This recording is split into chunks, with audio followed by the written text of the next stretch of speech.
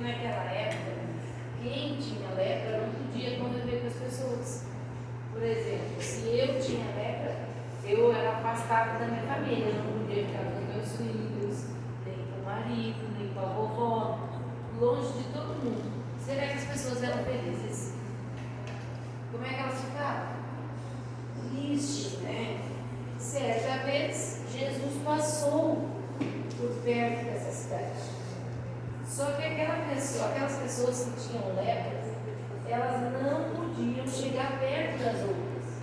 Elas tinham que ficar longe. Não podiam chegar perto das pessoas que não tinham lepra, né? Só perto daquelas que contraíram a lepra.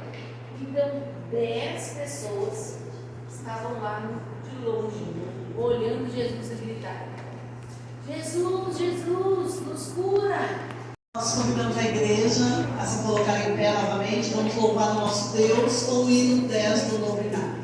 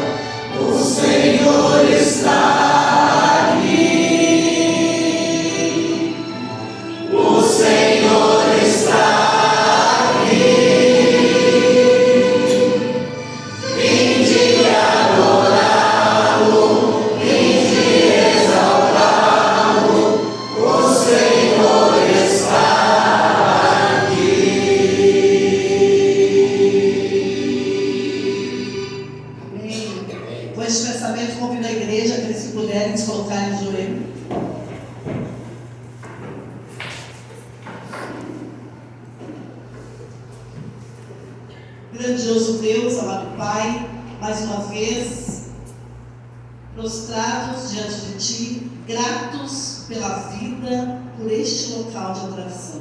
Amém. Obrigado, Senhor, por esse dia que o Senhor reservou para nós, para estarmos Te adorando, estarmos em comunhão com o Senhor, renovando as nossas forças, aprendendo da Tua santa palavra, estudando, ó Deus, e partilhando tudo aquilo que o Senhor nos dá.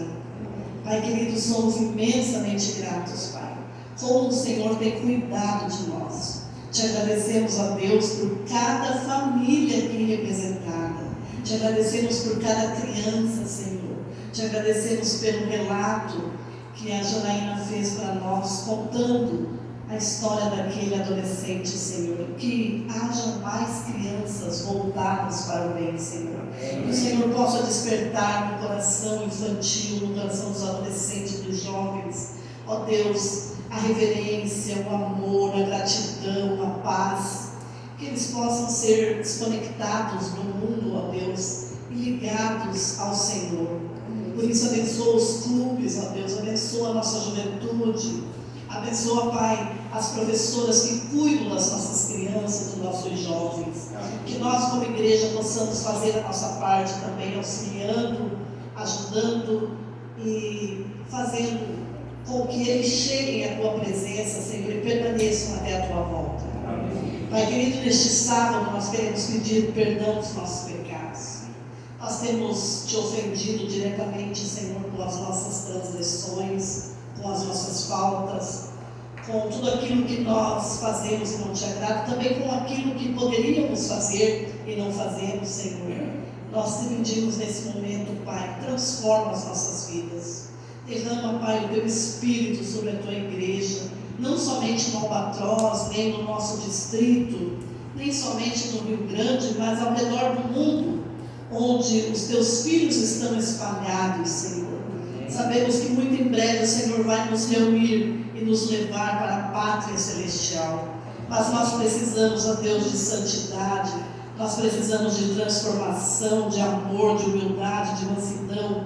Por isso nós estamos aqui, Senhor, nos quebranta mais uma vez esse dia, que a mensagem do Teu servo, que o Senhor escolheu para essa manhã, o nosso pastor Luiz Henrique, possa vir ao encontro das nossas necessidades, que ao ouvirmos Ele falar, tenhamos a certeza que o Senhor nos ama e que o Senhor tem soluções para a nossa vida, que o Senhor tem conselhos para a nossa vida, mas que nós possamos estar dispostos a Te ouvir e fazer a Tua vontade. Amém. Ó Deus amado, que nesse culto possa haver toda a reverência dedicada ao Senhor, que possamos colaborar com o nosso irmão que está ao lado, ficando, Senhor, em silêncio, ajudando ele a ouvir a mensagem, nós ouvirmos a mensagem, as crianças ouvirem, que nenhuma conversa saia a não ser a Tua voz através do Teu pastor, Senhor. Nós Te rogamos estas bênçãos, abençoa o pastor, abençoa a sua família, seus filhos, seu ministério, cuida dele, Pai. Sabemos que ele é uma bênção em Tuas mãos e que nós possamos fazer a nossa parte, o que depende de nós para colaborarmos para a sua saúde mental, física, emocional e espiritual. Nós entregamos tudo em Tuas mãos, Senhor, e Te pedimos uma bênção toda especial para a nossa vigília de hoje à noite. Que o Senhor esteja presente e que haja salvação neste lugar, Senhor. É o que nós Te rogamos em nome de Jesus. Amém. Amém.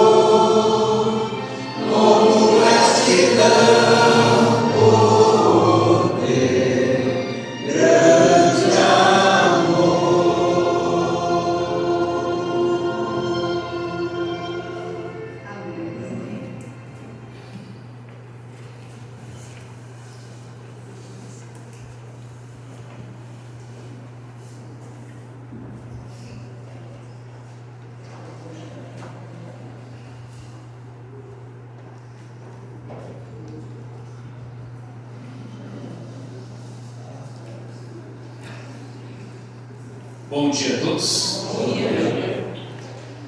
Bom, antes de mais nada, dois detalhes só antes de começarmos aqui no tema de hoje. Primeiro, agradecer assim, a todo o carinho dispensado, enfim, a minha pessoa nas visitas que eu tenho feito. A ideia, né, às vezes é pegar, enfim, uma tarde, uma noite e concentrar, enfim, um lugar na igreja e visitando, enfim, o pessoal. E nessa terça visitei vários dos irmãos aqui, né? E Então, queria agradecer. Aonde fui, né? Fui muito bem recebido. Pude ouvir ali histórias bem impactantes ali de fé, podemos orar juntos, né? E pude também, enfim, até encher um pouco a minha barriga também, né? Enfim, bolo, né? Enfim, então continuem assim, sendo bem receptivos, né? Não é assim. E a segunda coisa também lembrando, né? A José mencionou isso já na oração, vocês já sabem, mas reforçando, né? A questão da nossa vigília hoje, às 6 da tarde, nossas igrejas, nosso distrito vai estar reunido, o lugar vai ser pequeno para as pessoas que vão estar aqui, mas com certeza o principal convidado, né, vai estar presente, que é o Espírito Santo. E é muito importante que você entenda a dinâmica da vigília. Ela vai ser dividida em 3 partes. Então, a gente vai começar falando sobre o que o Espírito Santo já fez, e eu vou trazer um amigo, posso dizer hoje que é um grande amigo, que é o Jorge. Ele é um converso do meu primeiro distrito pastoral lá em Montenegro. Ele tem uma história assim muito bonita de conversão, e como o Espírito Santo trabalhou na vida dele. Ele talvez seja a ilustração bem clara de como Deus pode tirar alguém literalmente do fundo do poço e mudar a vida dessa pessoa. E depois nós vamos falar sobre o que o Espírito Santo está fazendo, e nós vamos ver testemunhos, enfim, do que Deus está fazendo nas nossas igrejas aqui na região. E nós terminamos falando sobre o que ainda vai acontecer, o que o Espírito ainda vai fazer. E existem promessas que ainda vão acontecer e outras que já eram até para ter se cumprido, mas por um motivo ou outro ainda não aconteceu. E a gente vai comentar sobre isso. Então, convido você fortemente, a partir das 18 horas, estaremos aqui. Bom, você já deve ter visto aí o título, né, do que vamos falar hoje: Reverência ao Senhor. Você pode abrir a sua Bíblia aí, Hebreus 12, Hebreus capítulo 12, verso 28. E eu queria conversar um pouquinho com você hoje sobre o significado dessa palavra, reverência. Irmãos, no vocabulário cristão, tem muitas palavras que no decorrer do tempo elas vão perdendo o seu significado como elas deveriam ser. As pessoas vão esquecendo o que elas realmente simbolizam. E com certeza a palavra reverência é uma delas. Vou citar só um exemplo de uma palavra bem comum no nosso cristianismo e que perdeu muitas vezes o seu significado, que é, por exemplo, a palavra fé, né? Hoje, para muitas pessoas, fé é o quê? Fé é você acreditar que Deus existe. Não, fé não é isso somente. A Bíblia diz que o diabo também acredita, e não é por isso que ele tem fé, né? Ou que fé seria você simplesmente fazer, entre aspas, o que algumas igrejas, entre aspas, dizem: fazer um sacrifício e eu vou doar todo o meu dinheiro para a igreja tal. Também não é isso, né? O significado de fé é muito mais profundo, né? Para quem lembrar, o meu primeiro sermão que eu preguei nessa igreja, eu falei sobre isso, sobre o significado da verdadeira fé, assim como também reverência. Reverência é um termo bíblico extremamente importante, mas que às vezes nós associamos só com um ou outro detalhe, assim, no nosso culto. Mas reverência não é só algo relacionado ao nosso culto. Reverência tem a ver com estilo de vida, tem a ver com procedimentos de vida, no dia a dia. Envolve o nosso culto? Claro que sim, mas isso tem a ver com o nosso proceder do dia a dia, nossas ações, enfim. Então, pode passar o slide para nós aí, pessoal do som. Hebreus 12, verso 28. E eu vou pedir que alguém aí com a voz forte e alta, né, leia aí para nós, por gentileza, esse texto. Pode ler para nós. Por isso, recebemos nós um reino inabalável, retenhamos a graça pela qual sirvamos a Deus de modo agradável, com reverência e santo amor. Isso aí. Interessante que o texto diz, né? Na minha versão até diz assim, sejamos agradecidos, né? Sejamos gratos, já que nós estamos recebendo um reino. Porque, irmãos, embora você seja cidadão ou de Imbé ou de qualquer outro lugar, né, que estamos visitando hoje, mas na verdade a nossa pátria não é aqui. Não é aqui. Quando nós aceitamos a Jesus como nosso Salvador, a nossa pátria se chama Nova Jerusalém, Reino dos Céus. Nós somos apenas peregrinos aqui nessa terra. Você pode morar no lugar que você quiser, mas na verdade nós somos apenas peregrinos aqui, em direção à Canaã celestial. E se nós somos peregrinos aqui, estamos recebendo o reino de Deus, de certa forma, em nossa vida, porque nós vivemos os princípios do reino de Deus em nossa vida, o que nós devemos fazer? Duas coisas. Seja grato. Quando dizem algumas versões retenha a graça, na verdade a melhor tradução é seja grato, seja agradecido por aquilo que Deus fez por você. E aí a pergunta é, nós somos agradecidos por aquilo que Deus faz por nós? Nós temos gratidão no coração por tudo aquilo que Deus faz e ainda vai fazer pela nossa vida? E aí vai dizer assim, o adore com reverência e santo temor. Mas o que é reverência? Às vezes nós entendemos assim, reverência significa você ficar quieto. Em muitos casos sim, mas reverência envolve uma atitude de adoração. Porque eu posso estar na igreja quieto, por exemplo, prestando atenção, posso estar na igreja quieto, sentado, não estou atrapalhando ninguém, mas posso também estar com a minha mente lá no outro lado do planeta, pensando em N coisas. Será que eu estou sendo reverente? Sim ou não? Em essência não. Eu posso não estar atrapalhando os outros, ótimo, mas Deus quer a minha mente voltada para a adoração, certo? Assim como também existem situações, e nós, seres humanos, nós somos falhos, né? E a gente gosta de lembrar das situações icônicas que acontecem na igreja, né? Por exemplo, em algum lugar desse país onde eu fui pastor, o pastor estava pregando, enfim, e era um sermão evangelístico, estava perto do momento do apelo, ali o pastor vai chamar as pessoas, tá? Quando de repente, alguém sentado na segunda fileira, bem próximo, bem como seria a posição do Dilceu, tá? Não foi o Dilceu, mas foi na posição dele. Quando de repente se escuta assim na igreja, forroneirão, forroneirão, no embalo da vaneira, forroneirão. Não preciso nem dizer para vocês que o culto acabou ali, né? Os irmãos, enfim, uns rindo, não sabendo o que fazer, né? Mas aí parou o som. Aí de repente o pastor continua a pregar e de repente depois, forroneirão, forroneirão, no embalo da vaneira, forroneirão. Era o toque de um celular isso. Mas aí a questão de quem era? Era um irmão da igreja. Só que assim, começou a tocar o telefone e o irmão lá estava tranquilo, lá assistindo. E aí no momento que um diácono vai, enfim, para chamar a atenção do irmão, né, para pelo menos desligar ali, né, apertar o botão para deixar no silencioso, enfim, o irmão se levanta e atende o telefone. Imagina, na posição que o Dilceu está, a igreja cheia, e o pastor pregando no final do apelo. Ele levanta, fala bem alto assim: alô, não posso atender agora, estou dentro da igreja. Eu não lembro o que o pastor falou naquele dia, né? Mas eu lembro muito bem disso aí. E a pergunta é: esse irmão foi reverente? É claro que não.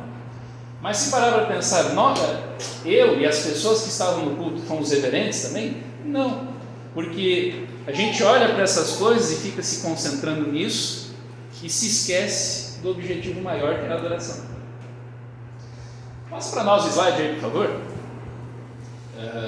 por gentileza, para a gente entender o conceito de reverência no dicionário. Se você pega o dicionário aí, reverência pode significar o quê? Essas duas coisas aí. Primeiro, veneração pelo que se considera sagrado. E é por isso que às vezes tem alguns religiosos aí que se chamam de reverendos, né?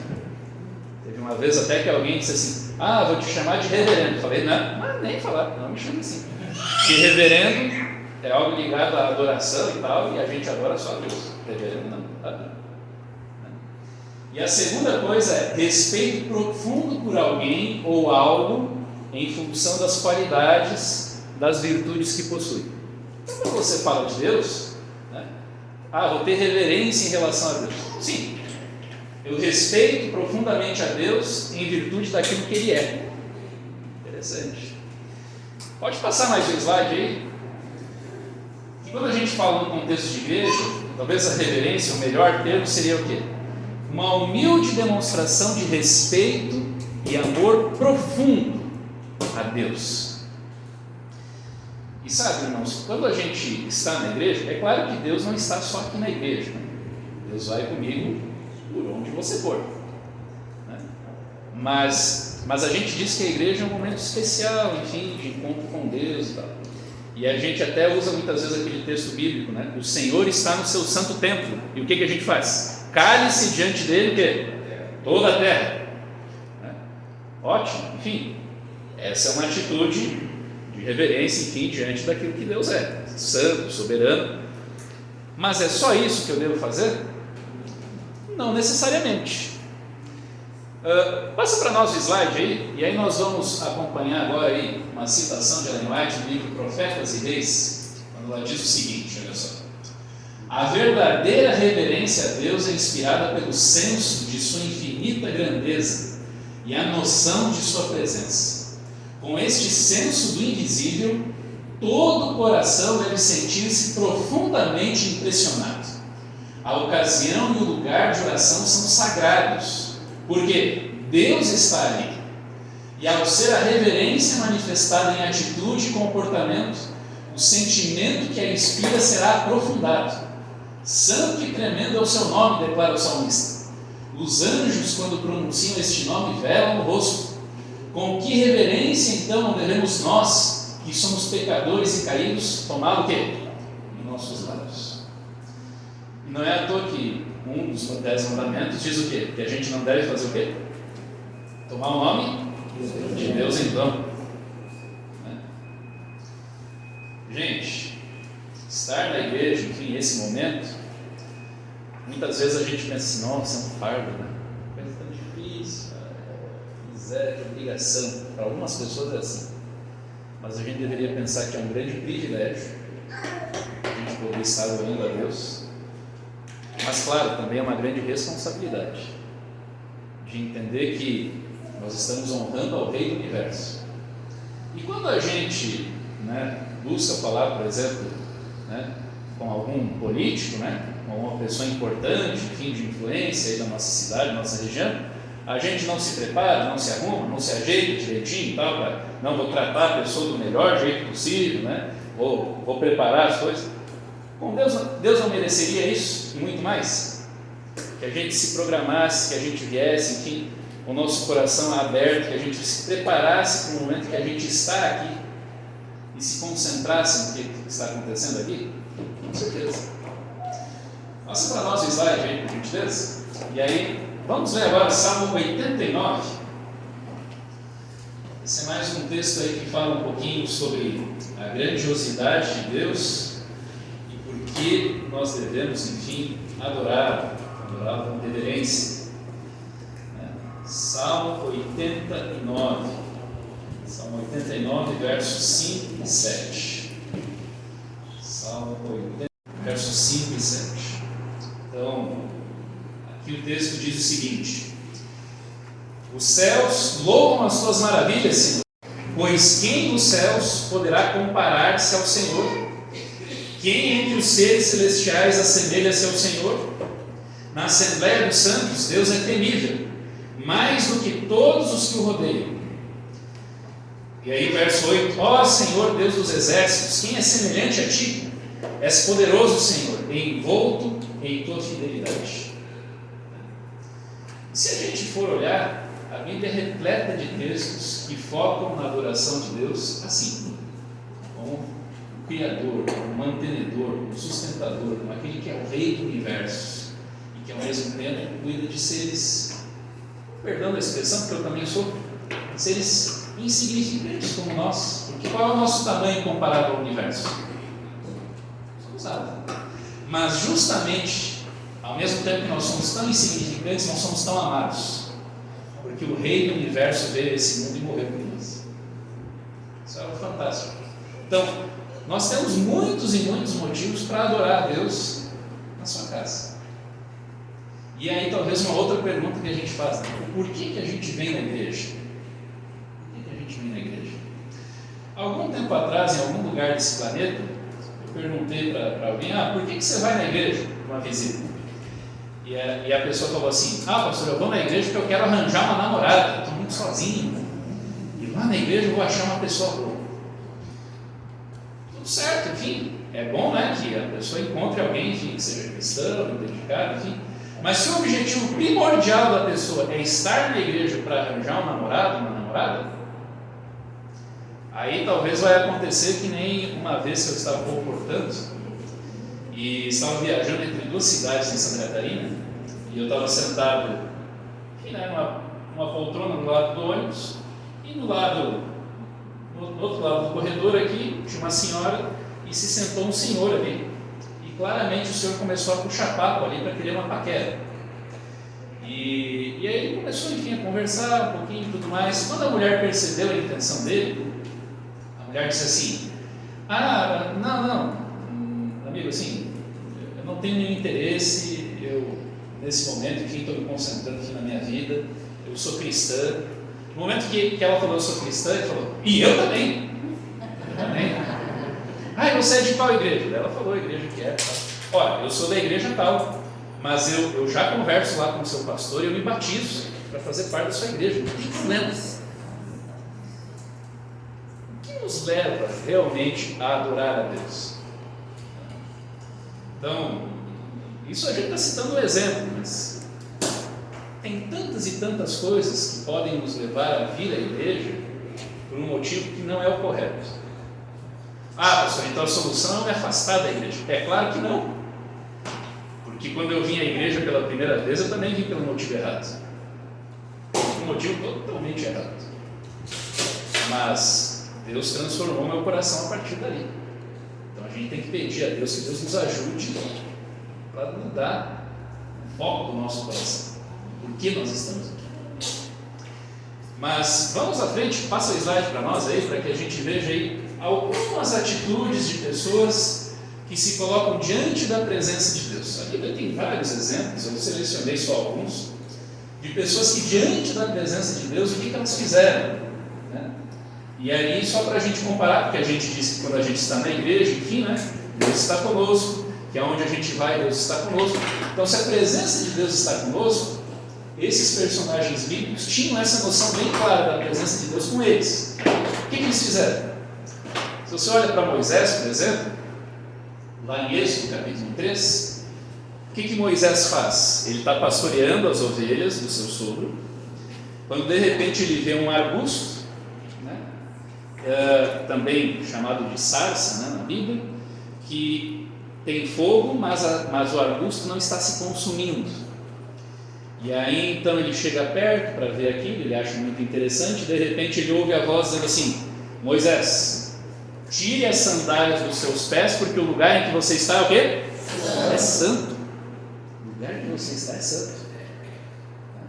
E ainda mais vai dizer ali no verso 6, diz assim que Moisés ele esconde o seu rosto, porque ele tem medo de olhar para quem?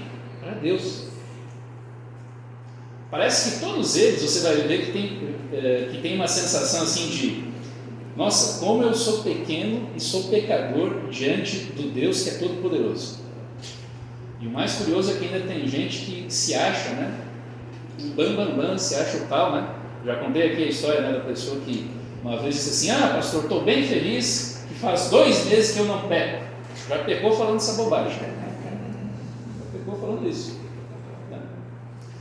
Mas enfim, quando a gente olha, por exemplo, a história de Jó, a gente menciona Jó no sentido de ele ter sido perseverante, ter sido fiel, e ele realmente foi. Mas isso não significa que Jó não teve os seus questionamentos. Se você olhar no livro de Jó, você vai perceber que Jó, tem momentos que ele diz assim, Deus, permite que eu morra? Estou sofrendo tanto, tanta coisa que acontecer e tal. Eu sei que o Senhor é soberano e tal, mas deixa eu descansar, não aguento mais, vou morrer. E chega um determinado ponto que ele vai dizer assim: Deus, eu queria que o Senhor estivesse atento para ouvir a minha queixa. Eu queria que o Senhor estivesse atento, e se eu pudesse, eu me assentaria diante de Deus e eu falaria tudo o que está acontecendo comigo, porque eu perdi todos os meus bens, eu perdi todos os meus filhos, eu sou fiel a Deus, e ainda tem 3 amigos, entre aspas, amigos, que vêm e me acusam, dizendo que se eu estou assim mal, que eu estou na pior, o meu problema é porque eu sou o quê? Sou pecador. Amigos, coisa nenhuma, né? Eles só chegam para Jó e detonam ele, né? Você é baita de um pecador, Jó, por isso que você está sofrendo aí. E aí então no capítulo 38 do livro de Jó, Deus aparece. E eu penso, né, quando você vai ler o livro de Jó e olha bem o contexto da história, você pensa assim: Deus vai explicar para Jó ali tudo o que está acontecendo. Não. Deus simplesmente aparece, é dito que inicialmente ele aparece no meio de um redemoinho, e Deus começa a falar para ele assim: Jó, onde você estava quando eu assentei os fundamentos da terra? Onde você estava quando eu comecei a criar as estrelas e eu comecei a nomear, chamar cada uma delas pelo nome? Onde você estava quando eu comecei a fazer as coisas? E aí Deus vai mencionando o seu poder criador e tudo mais. Lá no capítulo 40, Jó chega a dizer assim: Deus é grandioso demais, eu não tenho mais nada a dizer. Aquele que queria dizer assim: quero falar para Deus, tudo que eu estou sofrendo, tudo que eu estou passando, quando ele vê a grandiosidade de Deus, quando ele vê justamente quem é Deus diante do grande conflito entre o bem e o mal, ele só diz assim: eu não tenho nada mais a dizer. No capítulo 42, ele chega a dizer assim: diante de Deus eu tenho que me humilhar no pó e na cinza. Ele não questiona, ele não pergunta, ele não fica ali, e agora? Ele simplesmente adora. Fantástico, fantástico isso. Tem pessoas que às vezes dizem assim: eu só adoro a Deus se eu compreender. E Jó adorou antes de compreender, e foi um exemplo vivo do grande conflito. Porque aqui nesse mundo a gente não vai entender todas as coisas que acontecem conosco, mas Jó reconheceu a grandiosidade de Deus apesar das tragédias em sua vida. Isaías, se você vai em Isaías capítulo 6, você vê o chamado do profeta Isaías, ele tem uma visão do trono de Deus, e ele vê anjos voando ali ao redor, enfim, o altar tem fogo e tudo mais. E qual é a sensação de Isaías? O que ele fala? Ai de mim, estou perdido, que eu sou pecador, eu vivo no meio de um povo pecador, e eu vi a Deus. Senhor, tem misericórdia. Mas aí é interessante que a visão continua. Se você depois quiser ver Isaías 6, eu não vou ler devido ao tempo, que um anjo pega uma brasa viva do altar, chega ao lado de Isaías e diz assim: não, você foi perdoado. E logo na sequência Deus fala assim: a quem enviarei e quem há de ir por nós? E é interessante que Deus não precisa fazer como às vezes na igreja.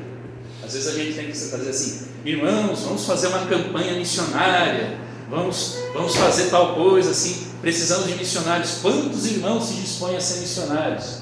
E aí da multidão de irmãos, às vezes sai lá 1, 2, e aí tem que alguém fazer apelo.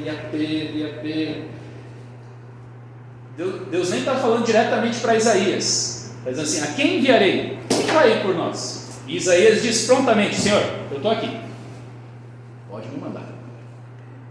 Porque quando eu tenho a noção da grandiosidade de Deus, além de entender que Ele é soberano no grande conflito, eu também entendo a urgência que existe para ser representante dele aonde eu estou, na minha casa, na minha família, no meu trabalho, aonde eu andar, eu preciso ser representante dele. Quem Deus vai enviar? Senhor, estou aqui. Não preciso te chamar 2 vezes, eu estou aqui. Disposição, prontidão, estou aqui. Mas eu tenho dificuldade. Deus não se importa com as dificuldades. O que Deus quer é um coração disposto. É isso que Ele quer. Quando você vê, pode passar aí, Peguei 3 exemplos do Antigo e 3 exemplos do Novo Testamento, para você ver que, basicamente, diante de Deus, a reação é a mesma.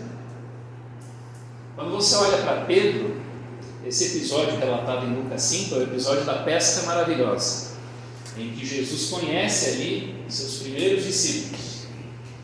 Jesus chega na praia, né? Pedro, os discípulos acabaram de passar a noite pescando e não pescaram um peixinho, nem nada.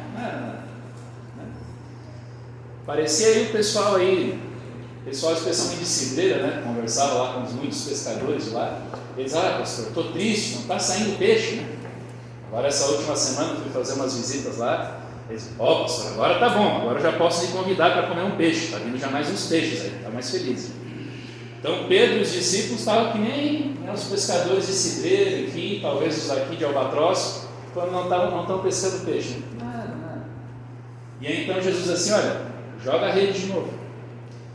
E aí Pedro vai dizer assim, olha, Senhor, no horário principal da pesca, o melhor horário que é a noite, aqui no Mar da Galileia, o melhor horário é a noite, a gente não pescou nada. O Senhor está mandando a gente no pior horário, que agora já é dia claro. Mas sob a tua palavra, a gente vai lançar as redes. E o que acontece? A rede é lançada e vem muito peixe. Tanto peixe a ponto que o barco quase afunda. E nesse momento, Pedro, um pescador experiente, ele reconheceu que aquilo não aconteceria de forma natural. Ele reconheceu, aquilo é um milagre. Eu estou diante de um ser divino. E o que ele faz? Ele se ajoelha diante de Jesus e diz assim, Senhor, eu sou pecador, retira-te de mim. E aí então Jesus diz assim, calma, não temas, você agora vai ser pescador de homens. Assim como você pescou esse monte de peixe aí, você vai ser agora um pescador de homens.